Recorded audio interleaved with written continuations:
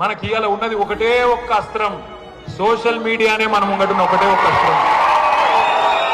ఎవరి దగ్గరికి పోయే అవసరం లేదు, మీరు ఎవరి గురించి బాధపడే అవసరం లేదు. మీరు చేయాల్సిన పనుల్లో ఒకటే, మీ ఊళ్ళే మీ కండ్ల ముంగట ఇలా చెప్పులు కనబడుతున్నాయి, ఎరువుల దుకాణాల ముంగట చెప్పులు కనబడుతున్నాయి క్యూలా. మళ్ళొక్కసారి ఆధార్ కార్డులు, చెప్పులు ఆనాటి రోజులు తెస్తాడంటే నిజంగానే ఆనాటి రోజులు వచ్చినాయి. ఆనాటి రోజులు మళ్ళా చెప్పుల వరుసలు కనబడుతున్నాయి. మీరు చేయవలసిందల్లా ఒకటే, ఒక ఫోటో కొట్టుండ్రి, ఒక వీడియో తీయండి, వాట్సాప్ లో పెట్టుండ్రి.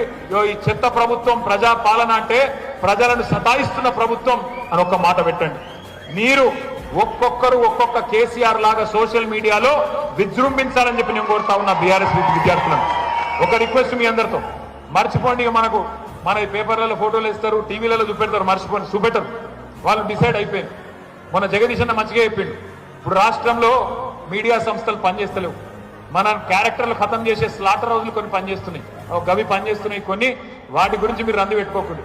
అలా చూపెట్టినా చూపెట్టకపోయినా మీ చేతుల్లో మీ ఫోన్లో ఉన్న అస్త్రాన్ని వాడండి.